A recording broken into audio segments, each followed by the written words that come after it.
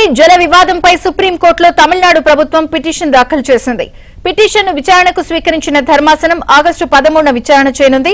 CWWA ఆదేశాల ప్రకారం కర్ణాటక నీరివ్వడం లేదని తమిళనాడు ఆరోపిస్తోంది. రోజుకు 3500 క్యూసెక్కుల చొప్పున 15 రోజుల నీటిని విడుదల చేయాలని అథారిటీ ఆదేశించింది. ప్రాజెక్టుల్లో తగినంత నీరు ఉన్నా కర్ణాటక నీరు ఇవ్వడం లేదని తమిళనాడు ఆరోపిస్తోంది. పంటలు ఎండిపోకుండా కాపాడాలి అంటే నీటిని విడుదల చేయాలంటూ సుప్రీంకోర్టును తమిళనాడు ప్రభుత్వం కోరింది.